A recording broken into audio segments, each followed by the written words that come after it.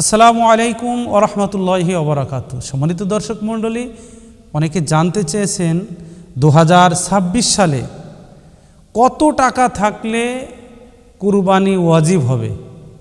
এটি একটি কমন প্রশ্ন যা প্রতি বছরেই আমাদের প্রয়োজন দেখা দেয়, কারণ সোনা রূপার দাম কখনো বাড়ে কখনো কমে।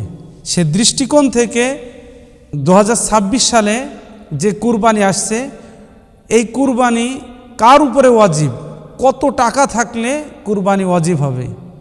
জি প্রিয় ভাই, কুরবানির নিসাব হলো জাকাতেরই নিসাব, তবে কিছু পার্থক্য আছে।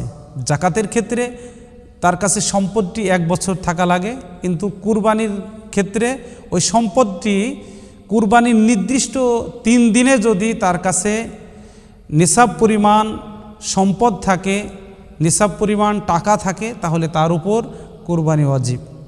এখন কত টাকা তাহলে? জি, যদি কোনো ব্যক্তির কাছে 52.5 ভরি রূপা থাকে অথবা 52.5 ভরি রৌপ্যের যে মূল্য, এই মূল্য পরিমাণ সম্পদ থাকে বা টাকা থাকে, অথবা 7.5 ভরি সোনা থাকে, তাহলে এই ব্যক্তিকে বলা হয় সাহেবে নিসাব, নিসাব পরিমাণ মালের মালিক। এই দৃষ্টিকোণ থেকে বর্তমানে অর্থাৎ 2026 সালে যদি কোনো ব্যক্তির কাছে 2 লাখ টাকা থাকে, তাহলে এই ব্যক্তির উপর কুরবানি ওয়াজিব।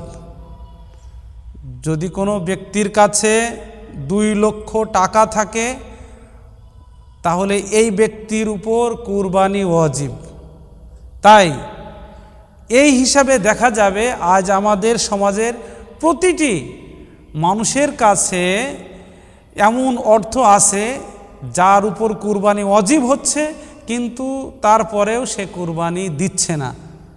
এর দ্বারা কি হবে? ওয়াজিব তরকের গুনাহ হবে। রাসূলুল্লাহ আলাইহিস সাল্লাম বলছেন, মান ওয়াজাদা সাআতান ফালাম ইউযাহি ফালা ইয়াহদুর মুসাল্লানা। যে ব্যক্তি কুরবানি দেওয়ার সামর্থ্য রাখে অথচ কুরবানি দিল না, সে যেন আমার ঈদগাহে না যায়। কত বড় ধমক বিশ্বনবী সাল্লাল্লাহু আলাইহি সাল্লাম দিয়েছেন।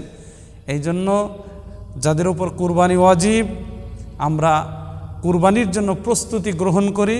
আল্লাহ তাআলা আমাদের দয়া হন, আল্লাহ তাআলা আমাদের তৌফিক দান করেন। আমিন। আসসালামু আলাইকুম ওয়া রাহমাতুল্লাহি ওয়া বারাকাতুহু।